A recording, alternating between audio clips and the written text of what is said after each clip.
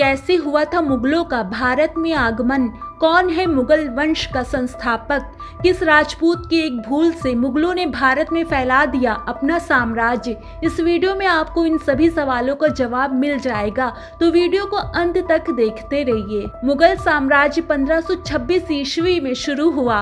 मुगल वंश का संस्थापक बाबर था। अधिकतर मुगल शासक तुर्क और सुन्नी मुसलमान थे। मुगल शासन 17वीं शताब्दी के आखिर में और 18वीं शताब्दी की शुरुआत तक चला। 19वीं शताब्दी के मध्य में समाप्त हुआ। बाबर पर अपने परिवार की जिम्मेदारी बहुत ही कम उम्र में आ गई थी। अपने पैतृक स्थान फरगना को तो वो जीत आया था, लेकिन ज्यादा दिन तक वहां राज्य नहीं कर पाया। वो इसे कुछ ही दिनों में हार गया, जिसके बाद उसे बहुत ही कठिन समय देखना पड़ा और उसने बहुत ही मुश्किल से जीवन यापन किया। लेकिन इस मुश्किल समय में भी उसके कुछ वफादारों ने उसका साथ नहीं छोड़ा। कुछ सालों के बाद जब उसके दुश्मन एक दूसरे से दुश्मनी निभा रहे थे, तब इस बात का फायदा बाबर ने उठाया और वो 1502 ईस्वी में अफगानिस्तान के काबुल को जीत लिया। इसके साथ ही उसने अपना पैतृक स्थान फरगना व समरकंद को भी जीत लिया। बाबर की 11 बेगम थी, जिससे उसको 20 बच्चे हुए थे। बाबर का पहला बेटा हुमायूं था, जिसे उसने अपना उत्तराधिकारी बनाया। मध्य एशिया में जब बाबर अपना साम्राज्य नहीं फैला पाया, तब उसकी नजर भारत पर हुई। उस समय भारत की राजनीतिक स्थिति बाबर को अपना साम्राज्य फैलाने के लिए उचित लग रही थी। उस समय दिल्ली के सुल्तान बहुत सी लड़ाइयां हार रहे थे, जिस वजह से विघटन की स्थिति उत्पन्न हो गई थी। भारत के उत्तरी क्षेत्र में कुछ प्रदेश अफगान और राजपूत के अंदर में थे, लेकिन इन्हीं के आसपास के क्षेत्र स्वतंत्र थे, जो अफगानी व राजपूतों के क्षेत्र में नहीं आते थे। इब्राहिम लोदी, जो कि दिल्ली का सुल्तान था, एक सक्षम शासक नहीं था। पंजाब के गवर्नर दौलत खान इब्राहिम लोदी के काम से बहुत ही असंतुष्ट थे। इब्राहिम के एक चाचा आलम खान, जो कि दिल्ली की सल्तनत के लिए एक मुख्य दावेदार थे, बाबर को जानते थे। तब आलम खान और दौलत खान ने बाबर को भारत आने का न्योता भेजा। बाबर को ये न्योता बहुत ही पसंद आया। उसे ये अपने फायदे की बात लगी और वो अपने साम्राज्य को बढ़ाने के लिए दिल्ली चला गया। आलम खान और दौलत खान ने बाबर को पानीपत की लड़ाई के लिए बुलाया था। बाबर ने लड़ाई में जाने से पहले 4 बार पूरी जांच पड़ताल की थी। इसी दौरान कुछ गुस्से में बैठे अफगानी लोगों ने बाबर को अफगान में आक्रमण करने के लिए बुलाया और मेवाड़ के राजा राणा संग्राम सिंह ने भी बाबर को इब्राहिम लोदी के खिलाफ खड़े होने के लिए बोला, क्योंकि राणा संग्राम सिंह की इब्राहिम लोदी से पुरानी रंजिश थी। इन्हीं सब के चलते बाबर ने पानीपत में इब्राहिम लोदी को युद्ध के लिए ललकारा। अप्रैल 1526 ईस्वी में बाबर पानीपत की लड़ाई जीत गया। अपने को हारता देख इस युद्ध में इब्राहिम लोदी ने खुद को मार डाला। सबको ये लगा था कि बाबर इस लड़ाई के बाद भारत छोड़ देगा, लेकिन इसका उल्टा हुआ।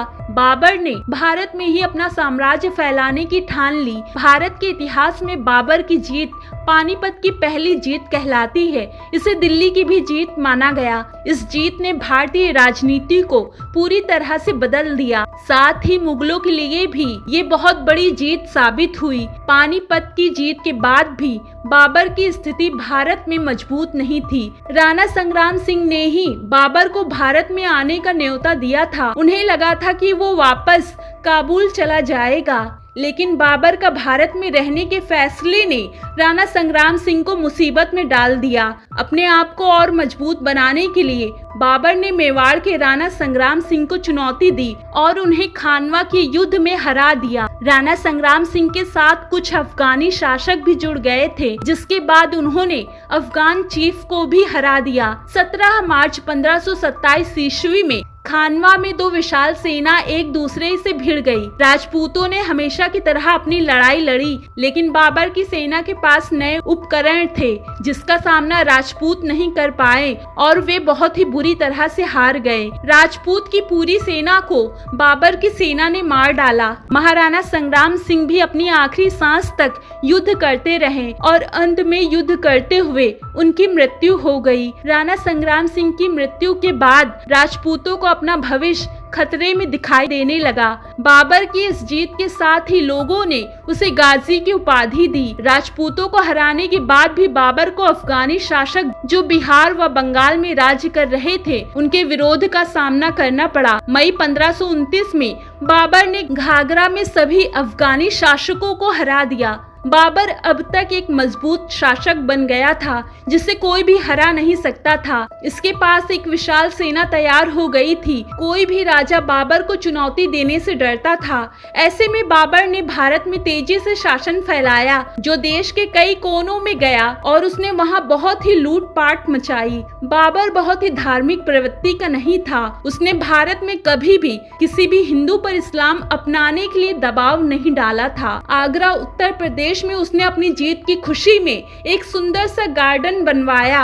वहां उसने कुछ भी धार्मिकता को दर्शाने वाली वस्तु नहीं लगाई।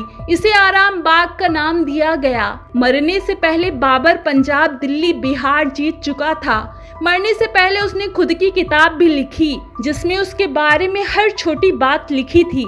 बाबर का बेटा हुमायूं था। हुमायूं जब 22 साल का था तब 1530 में बाबर की मौत हो गई थी। बाबर का अफगानिस्तान ले जाकर अंतिम संस्कार हुआ। हुमायूं इसके बाद मुगल शासक बना और दिल्ली की गद्दी पर राज्य किया।